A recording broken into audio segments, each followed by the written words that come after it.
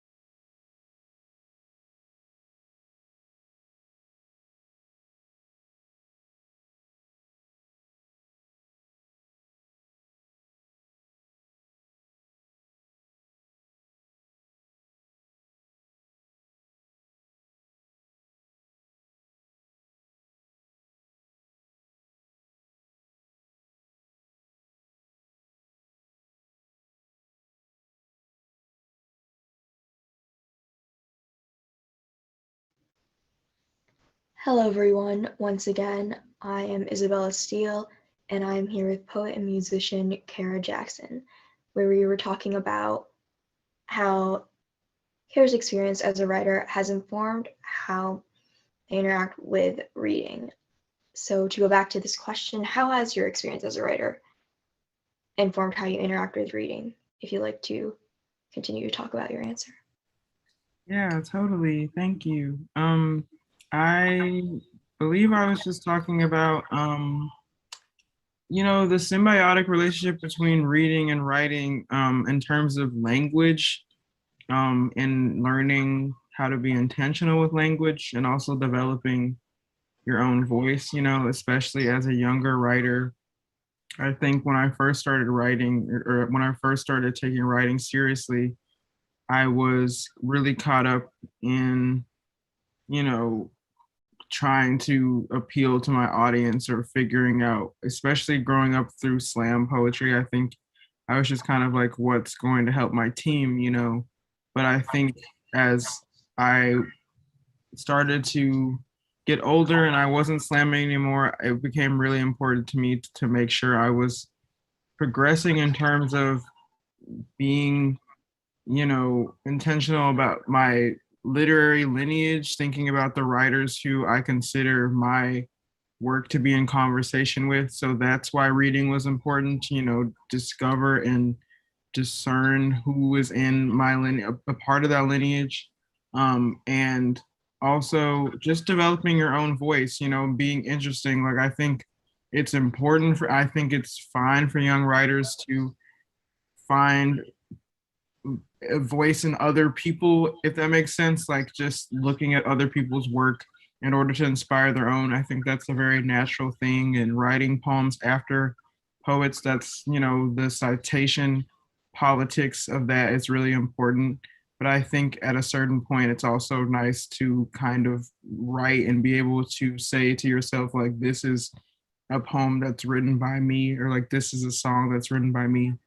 So I think that's where reading and studying comes in, is absorbing and consuming a lot of work in order to figure out and articulate what my own work is about and to get specific in terms of what I'm trying to represent in my words.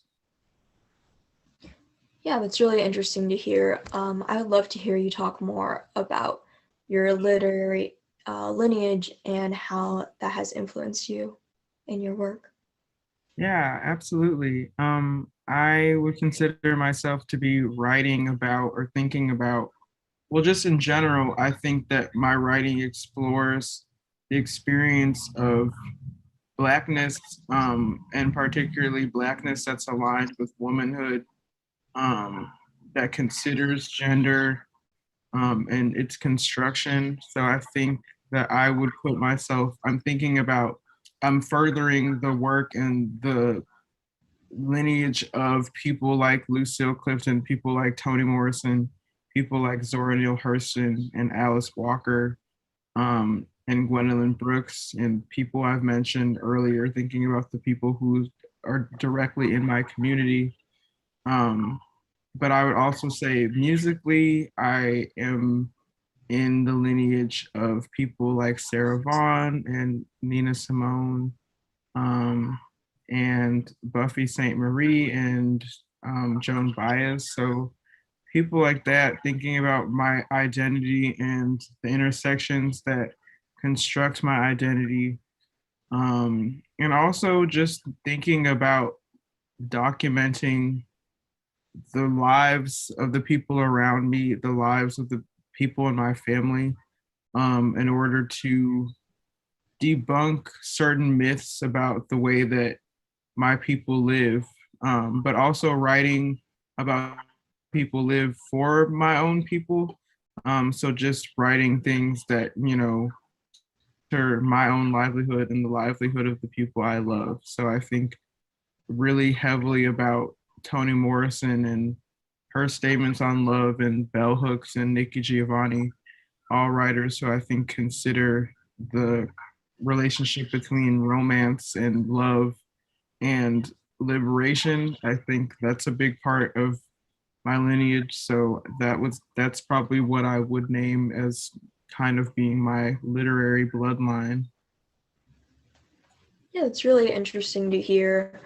I know in my own school I've read one of Hurston's novels, and most recently Blue Side by Toni Morrison. So I'm wondering, when you were a teen in school, maybe when did you first get exposed to these authors? Yeah, I think it's awesome that you're reading those books. I started reading, I think I was introduced to Toni Morrison first because of my mother. My mom was really keen about introducing me to her, and I'm pretty sure, yeah, the first Toni Morrison novel I ever read actually was The Bluest Eye.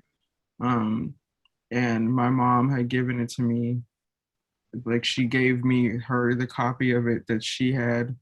And that was my first introduction to her. I think when I was sometime before high school, like when I was younger. Um, and that was a really integral novel to me because I think it was one of the first ones I read where I really distinctly saw myself in it.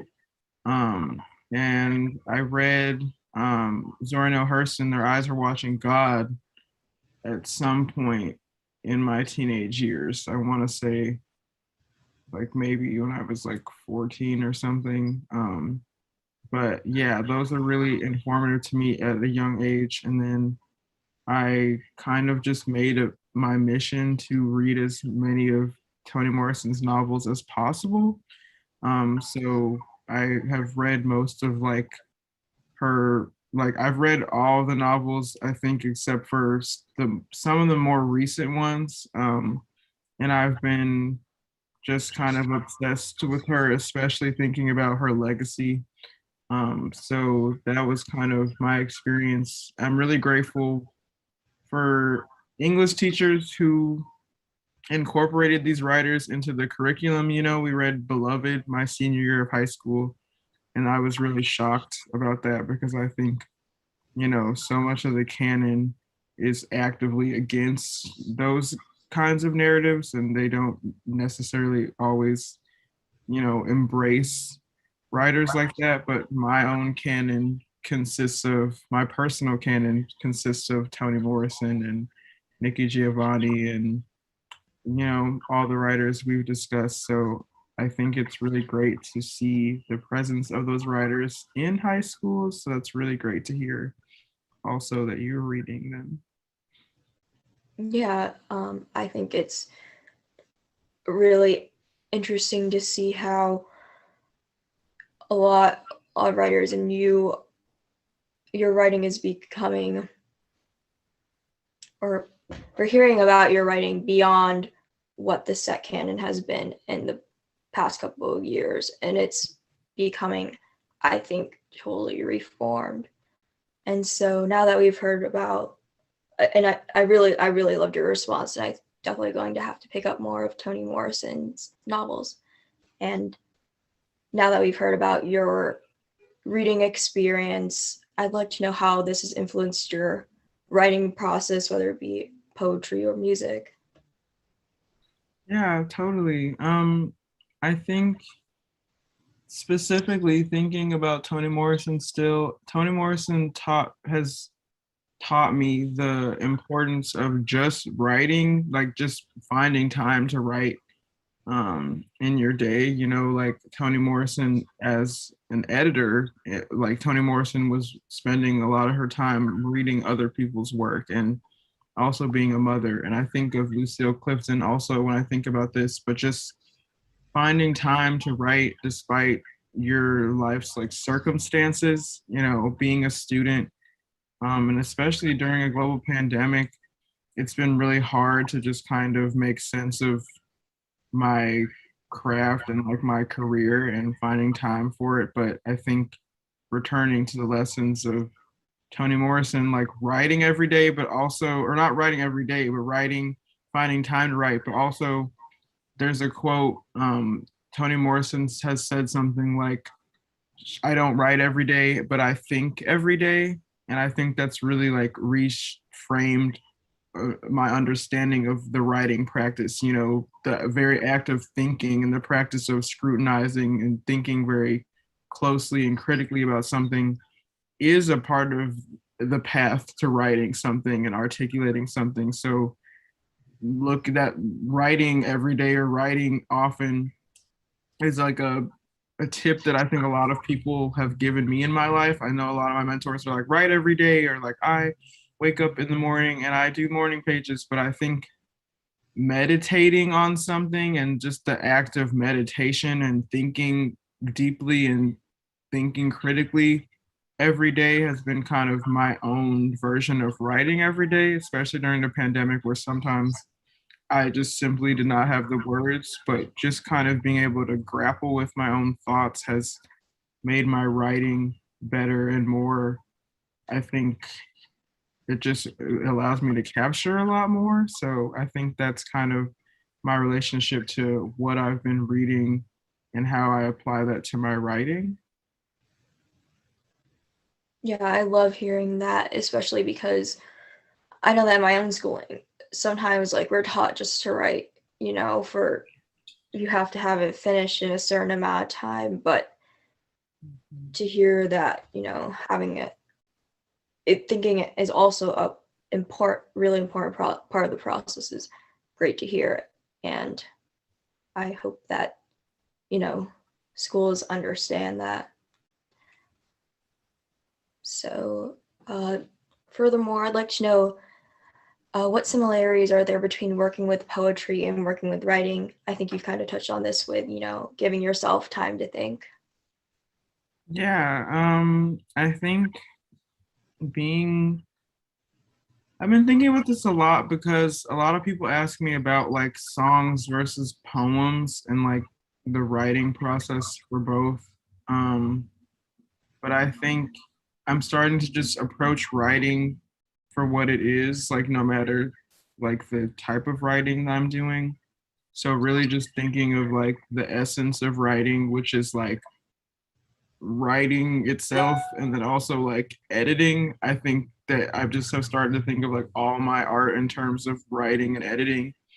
Um, Especially as I work on new music and my album, I'm thinking a lot about like language and editing and the process that's really tedious and long, and just kind of honoring that process. I think choosing to be a writer is an interesting choice because it's such a like long process no matter what, like music and writing books and all that stuff, it takes so long. Like thinking about the last question, like thinking and creating a framework and creating a body of work, like it just takes so much time. And so I kind of don't even think about it like in my head as separately anymore. I just am like, I know I have to write, I know I have to edit. And so like writing the songs for my album, it was really like writing poems for me. And I think that it used to be more separate in my head. I used to be like, I'm gonna work on songs now, or like I'm gonna work on poems. But I think situating both of the practices in just the very plain, like very basic level of writing and editing has kind of allowed me to not place as many limitations on myself. I think I'm just trying to make good art and I'm trying to write well. And however that ends up looking, it just is how it looks, but it all kind of came together the same way through writing and editing. So Yeah, I love that. Are there any specific experience that maybe influenced how your thought process changed around your work? yeah, I don't know. Getting older is weird. I'm still very young, so I don't know. I didn't expect there to be so many revelations about art making, or maybe I did, but I think I used to just go, or I used to just approach it like I'm just writing a poem, especially in slam. I feel like I was just kind of like writing to get by, or even just as like the youth poet laureate. I feel like that was interesting because I was like writing with a title and like as a within a certain profession almost. I feel like that was kind of like an interesting experience, but I think those experiences influenced the way that I saw writing because I got I've just been kind of like burnt out lately, and I think the pandemic has made me reframe, and I'm sure this is true for everyone. I think everyone's just starting to approach many things in life differently because of the circumstances, but I think after just coming down from a year of like the pandemic hit right at the coincided with the end of my National Youth Poet Laureate term, and I was just like, what is art making without all of the visibility and the representation and the career aspect of it? And I think the pandemic has kind of forced me to ask those questions and think about my art in just a very like preeminent, just basic way. um so I think that's kind of what influenced my shift in trying to separate my art from marketing. Like I think the separation in my head between singing and or between songwriting and poetry writing came a lot from, I was just doing different gigs. So I was just like singing at places and I was reading poems at places, or I was submitting poems to magazines or like whatever. But I think the pandemic was the first time where I was just kind of like, I don't have to call this anything if I don't want to. And like, what are categories and what are genres and how can I kind of provide nuance to genre in general? And also thinking about like how colonial genre is as a concept. So I think the pandemic has kind of, for me, influenced a lot of my different feelings about writing.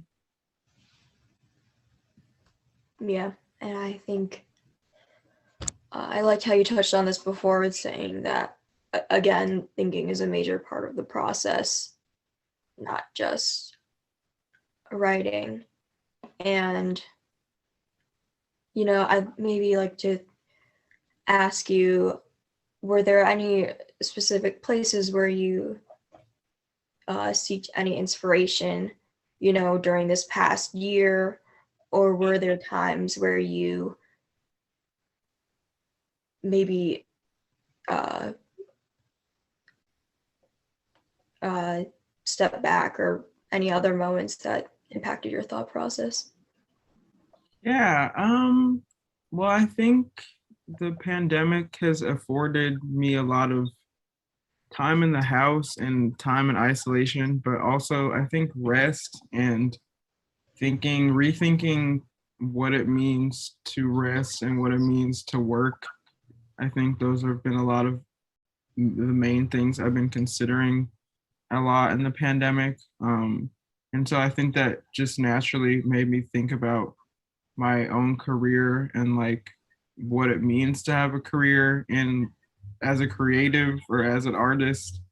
Um, and so I have been really inspired lately by like recreation, and I've been just kind of watching. The pandemic has just given me a lot of time to watch shows and think about other things. So I think I've been kind of trying to consider, I think through the process of just being in my house and being in isolation, I've just started to consider rest more and like what that means for my art and what I'm actually trying to achieve with my art and like what I would want to do artistically if I wasn't always having to think about like money or like my career or like music making actually means when it's not attached to the exploitation of our labor. Like I think also the pandemic has a lot of organizing movements and activist movements have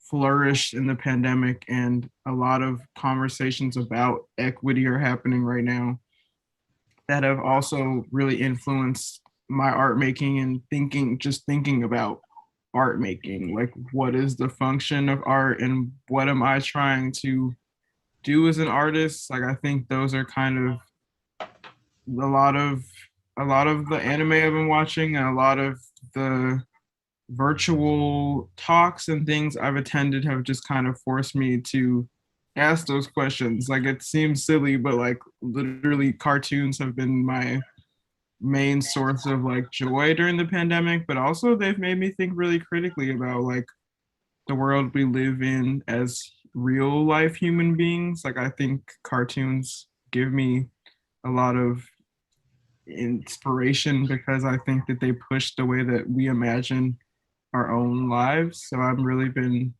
I think those are kind of the main inspirations for and the places where I've been finding kind of a new framework for like my own art. Yeah, it's really interesting to hear. Are there any specific cartoons that have impacted your thinking? Um, well, I've been watching anime a lot. I was never an anime person before the pandemic. My older brother always has been really into it, and so I was like, I'll try it.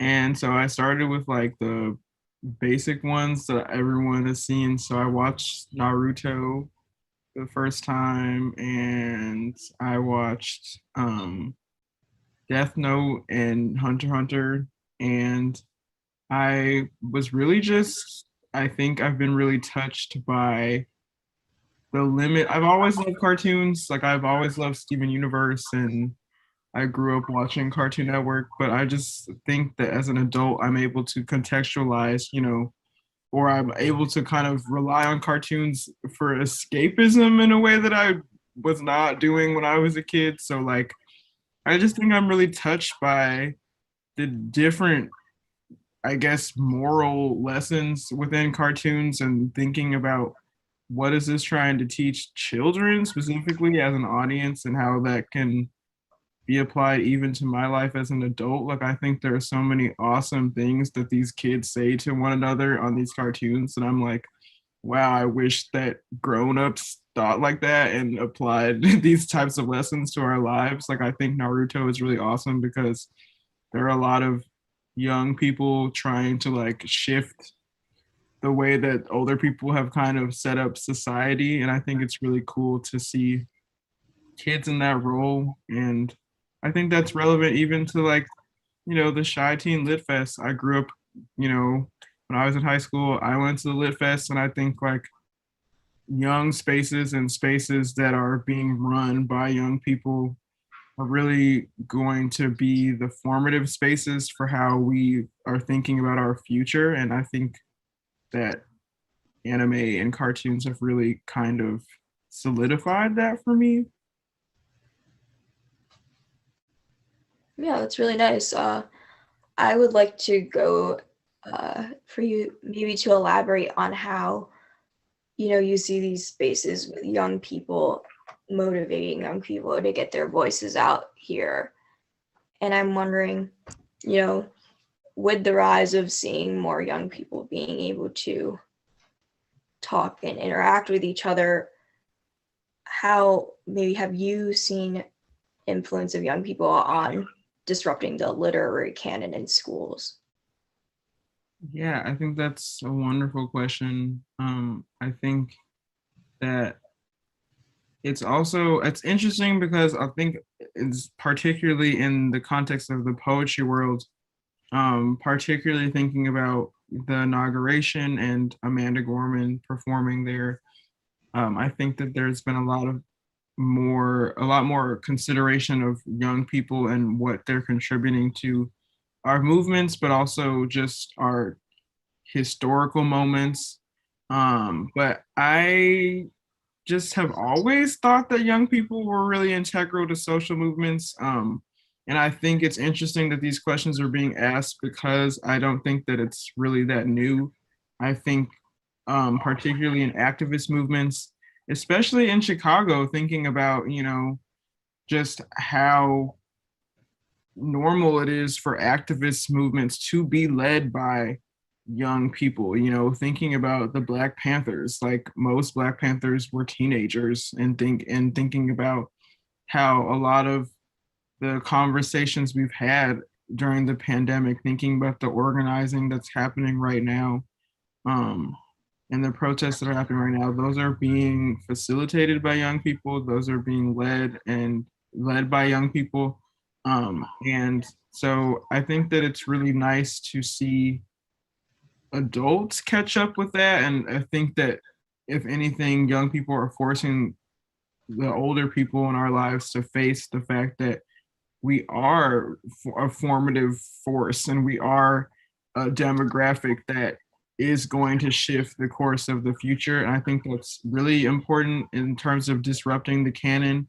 I think, especially as younger writers are being published too, like I think the disruption of the canon really did happen with spoken word poetry and with, these young voices, people even just being interested in poetry and the rise. And I see poets everywhere, and I think that that's a direct consequence of young people and their impact, So I think what we're able to do socially and culturally is really unique. And I think it's always going to be that way. I personally am always just thinking about, and I think my mentors instilled this into me because, they passed down stuff to me.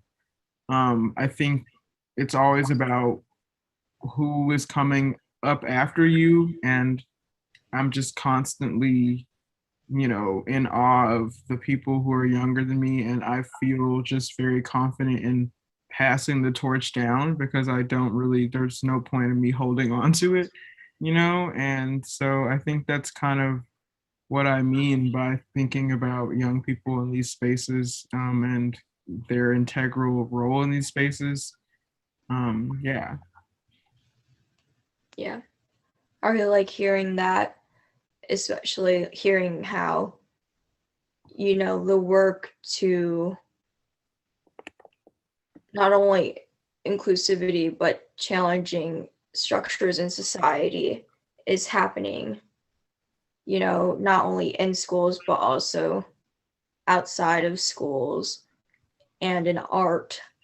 So I'm wondering, do you have any advice for writers who are you know, looking at the intersection of their work in activism, or maybe it's like maybe activism inherent in work that young people are doing.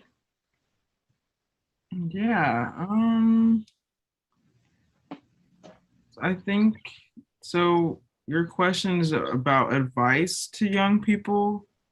Um, I mean, I really think that it's important to find communities and to find people who are like-minded.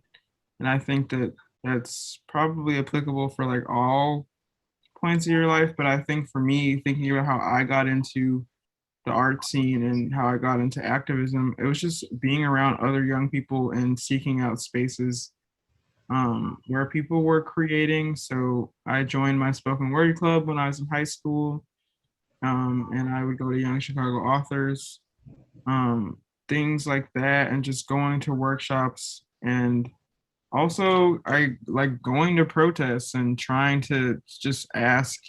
I think it's always really important to just ask and research what is already happening, to see how you can be a part of it. I think that's always way more doable than trying to create your own movement or trying to create your own organization.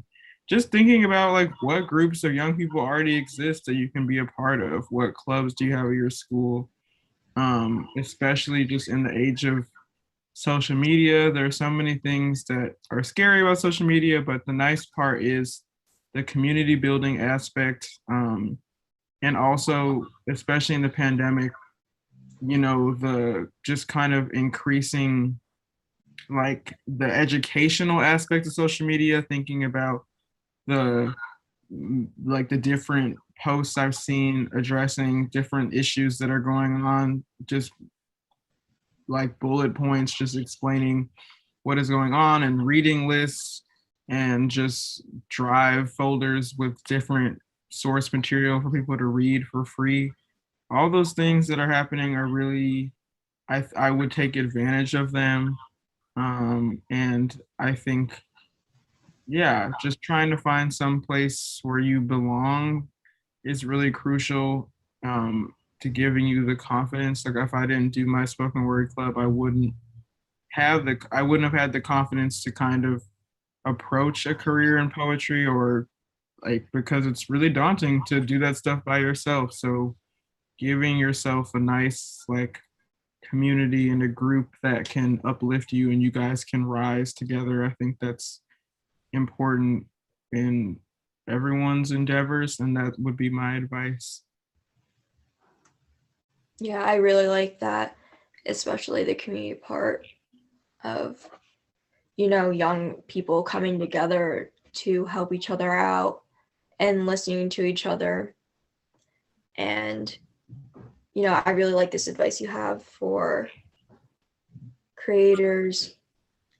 And I'm wondering, maybe, would you maybe like to talk about how we can motivate schools, which are a major part of teens' lives, to kind of be there to uplift students, but also, connect with young people's communities? Yeah, I think it's really important.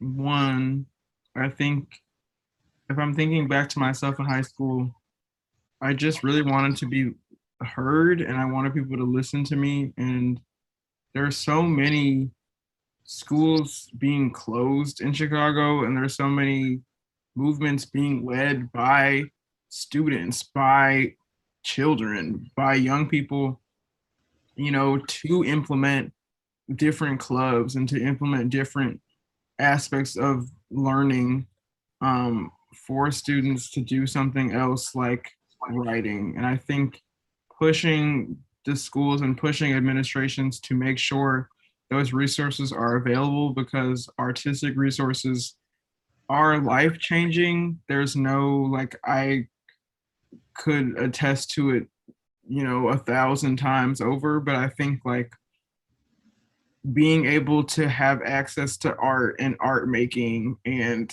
the community also that those spaces offer students is really important. Like I do think that every school should have a spoken word club, and every school should be open to having a spoken word club if that's also the demands of like the students, thinking about just listening to the students and what they want for their own needs. Like I think there were so many people in my life as a teenager telling me what I needed, but I think listening to what kids need is really integral, and also thinking about actually like thinking critically about what are we offering the kids around us and the students around us that's going to be fundamental to their own growth and towards their own sanity as well. Like I think having artistic outlet also just helped me. Like high school and like just being a young person is a really just difficult time socially and emotionally, and so being able to have outlets for kids to be able to kind of release that angst is integral. And just giving kids something to do is integral to their growth. So I think that's what I would say in terms of addressing also what the schools can do, thinking and also teaching students work and giving them source material that reflects their own identity and their own circumstances too. I think those are kind of the really important things to me. Yeah, I really like hearing that. I think, seeing oneself and one's community represented beyond what's, already out there is so great to see. And yeah, I'm definitely gonna, take some of this advice you've given here today for myself as well and bring it back to my own school, because I know, it's very affirming to hear that, yes, adults should be listening to teenagers. So I'd like to maybe talk a little bit more. Maybe, is there anything you're currently working on right now, or anything in your life that is, giving you inspiration as we, people are starting to get vaccinated? Yeah, I'm working on my debut album, and that's been really fun because I feel like that's literally the time out of my week where I feel like productive most of the time. And I'm finishing finals, so I also am feeling just a new sense of hope and optimism as I kind of have more time to just think and like see people and go on walks, especially as more people get vaccinated. But I think I've been really listening to a lot of Beyonce. I don't know why.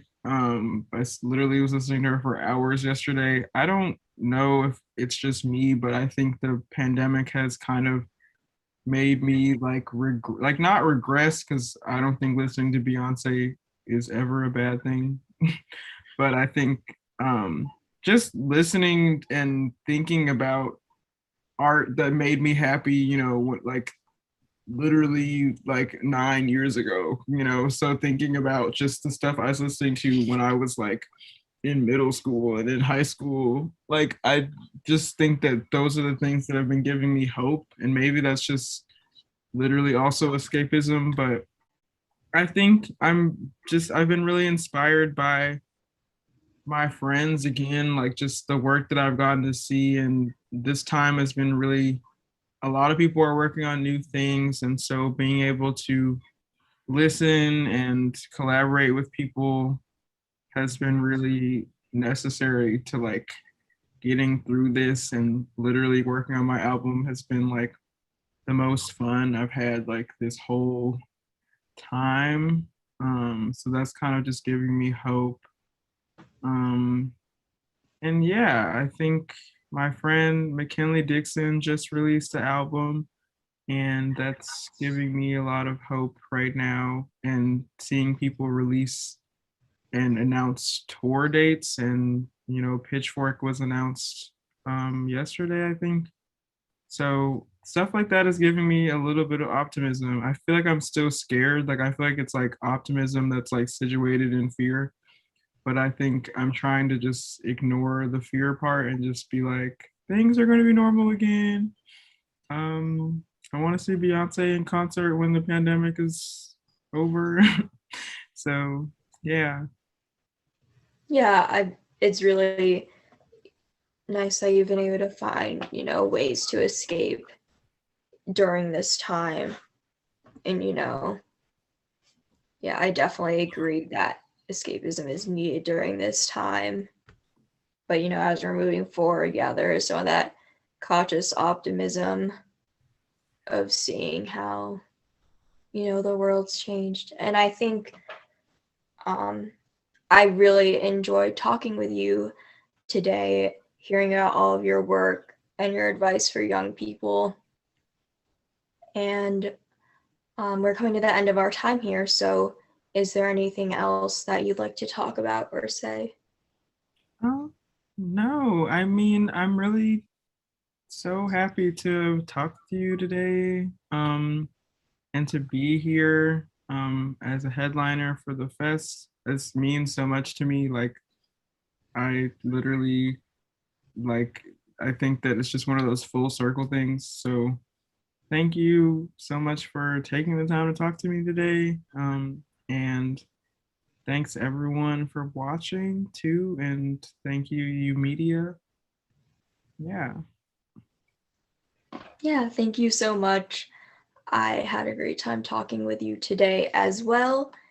And once again, Kara's book Bloodstone Cowboy came out in 2019, and Kara's debut AP, A Song for Every Chamber of the Heart, is out now, which you should definitely listen to.